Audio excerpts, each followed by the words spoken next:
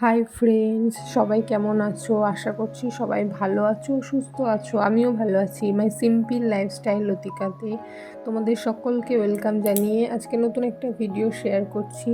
বন্ধুরা, আজকে রেসিপিটা হচ্ছে মটন, লাল লাল মটনের ঝোল। তো যদি রেসিপিটা তোমাদের ভালো লাগে তাহলে একটা লাইক, কমেন্ট, শেয়ার করে দিও। আর যদি আমার চ্যানেলে নতুন হও তাহলে আমার চ্যানেলটিকে সাবস্ক্রাইব করে প্লিজ বন্ধুরা আমার পাশে থেকো। তো বন্ধুরা, এখানে আমি প্রথমে মাংসটাকে ম্যারিনেট করে নিয়েছি। তো এইখানটায় ম্যারিনেট করার জন্য আমি পেঁয়াজ কুচি, টমেটো কুচি, আদা রসুনের পেস্ট আর সমস্ত গুঁড়ো মশলা, যেমন হচ্ছে হলুদ গুঁড়ো, জিরে ধনের গুঁড়ো আর লঙ্কার গুঁড়োটা আমি এর মধ্যে দিইনি। তো তারপর টক দই, এই সমস্ত কিছু দিয়ে খুব ভালো করে, আর সর্ষের তেল দিয়ে খুব ভালো করে 1 ঘন্টা মতো ম্যারিনেট করে রেখে দিয়েছিলাম। তারপর আমি এবারে কড়াইতে তেল দিয়ে আলুগুলো ভেজে নিয়েছি। এবারে তারপর আরও একটু তেল দিয়ে সেই কড়াইতে ফোড়ন দিয়েছি। ফোড়নে গোটা গরম মশলা আর তেজপাতা ফোড়ন দিয়েছি, দিয়ে কুচানো পেঁয়াজটাকে ভেজে নেব।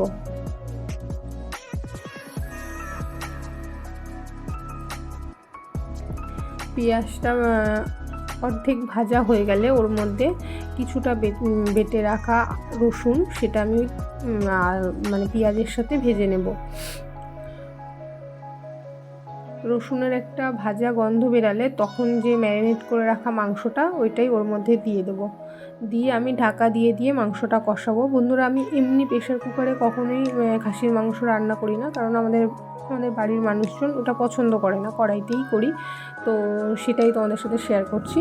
তো বন্ধুরা, ঢাকা দিয়ে মোটামুটি আমি 40-45 মিনিট মতো রান্না করি। তো তা পুরো হয়ে যায়, একদম গলেই যায়।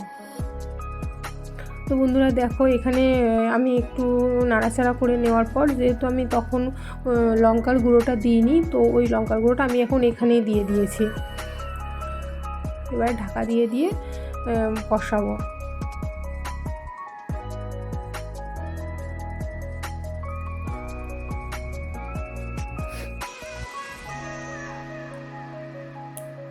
তো বন্ধুরা, তোমরা অনেকেই আমার ভিডিও দেখছো, তো আমার ভীষণ ভালো লাগছে। তো কমেন্ট করলে আমার আরও বেশি ভালো লাগবে।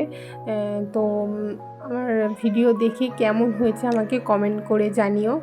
আর নতুন হলে আমার চ্যানেলটিকে প্লিজ বন্ধুরা তোমরা সাবস্ক্রাইব করো।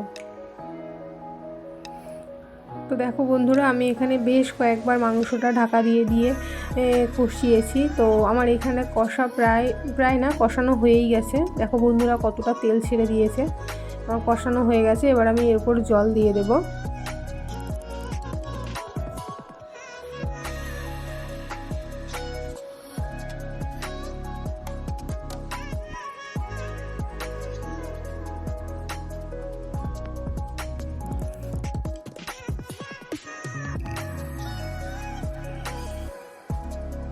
তো বন্ধুরা, মাংসটা আমার পুরো ফুটে গেছে, মানে পুরো ফুটে গেছে আর রান্নাও হয়ে গেছে আমার। তো আমি এবার গ্যাসটা অফ করে দিয়ে উপর থেকে গরম মশলা ছড়িয়ে দিয়ে নামিয়ে নেব। তো আশা করছি রেসিপিটা তোমাদের ভালো লাগলো। কেমন লাগলো আমাকে কমেন্ট বক্সে লিখে জানিও। আর সবাই ভালো থেকো, সুস্থ থেকো। Thank you.